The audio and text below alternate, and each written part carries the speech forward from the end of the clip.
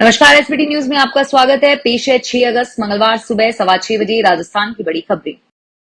बांग्लादेश में 2 महीने से चल रहे आरक्षण विरोधी छात्र आंदोलन के बाद प्रधानमंत्री शेख हसीना ने सोमवार 5 अगस्त को पद से इस्तीफा दे दिया।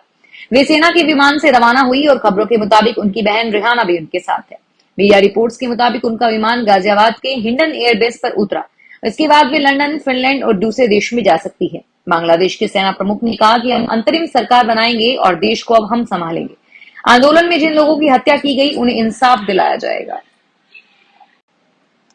अब नाबालिग बच्चों को चलाने के लिए वाहन देना अभिभावकों पर भारी पड़ेगा। राजस्थान में सड़क दुर्घटनाओं में कमी लाने के उद्देश्य से परिवहन व सड़क सुरक्षा विभाग ने कवायद शुरू की है।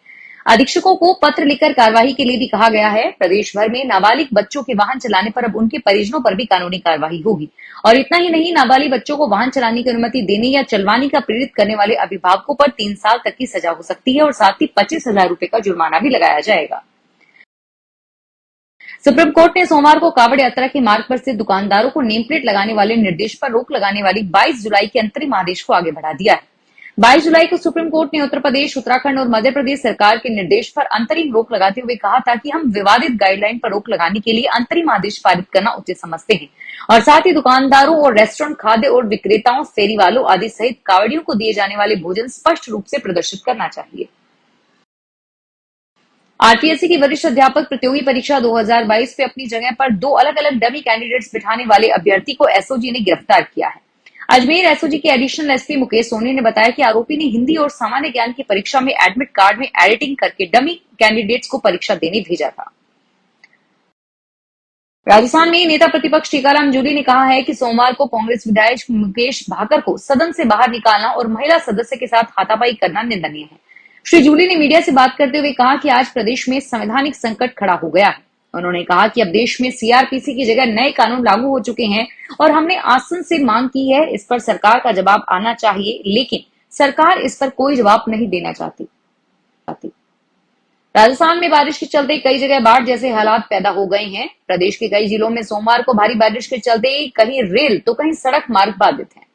जोधपुर में फैक्ट्री की दीवार ढहने से 3 मजदूरों की मौत हो गई। बाड़मेर बिलारा पर रेल ट्रैक की मिट्टी बह जाने के कारण बाड़मेर पर रेल यातायात प्रभावित हो गया। बयावर जिले के हरिपुर स्टेशन पर 20 किलोमीटर दूर क्षेत्र में पटरी पर पहाड़ी का टुकड़ा गिरने से मालगाड़ी भी बेपटरी हो गई।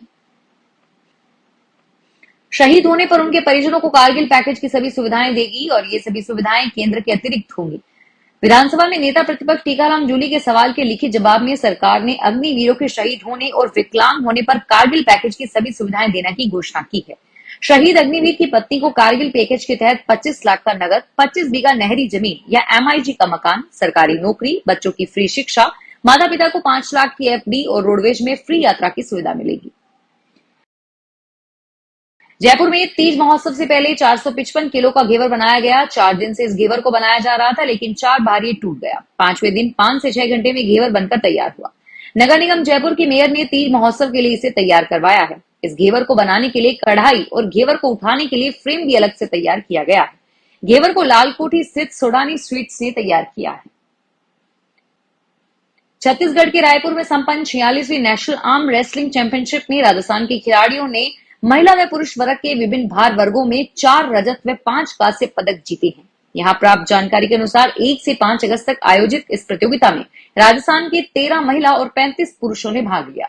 सीनियर महिला वर्ग में राजस्थान पुलिस की मनीषा चाहर और सारा चौधरी ने स्वर्ण पदक, सीनियर पुरुष वर्ग में प्रमोद तुहिया ने रजत पदक, सायर चौधरी और मोहित सिंसनवार ने कांस्य पदक जीते।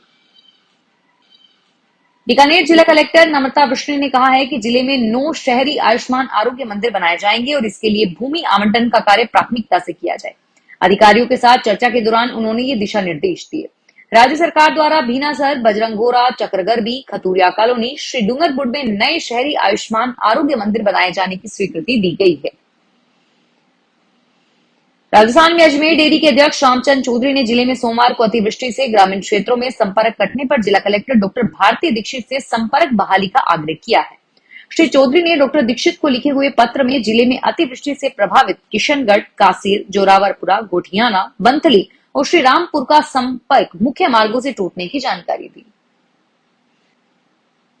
राजस्थान की राजधानी पिंक सिटी जयपुर शहर में तीज मेले पर राजस्थान सरकार ने आधे दिन का अवकाश घोषित किया है। 7 अगस्त को तीज के अवसर पर जयपुर स्थित राज्य सरकार के समस्त कार्यालयों में, शिक्षण संस्थाओं में आधे दिन का अवकाश रहेगा।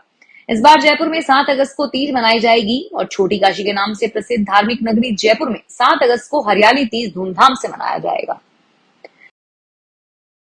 दिल्ली की रोहिणी विधानसभा से भाजपा विधायक विजेंद्र गुप्ता को विधानसभा में विपक्ष का नेता चुना गया है। उन्होंने रामवीर सिंह बूदड़ी की जगह ली है। बूदड़ी ने लोकसभा चुनाव जीतने के बाद विधायक पद से इस्तीफा दे दिया था।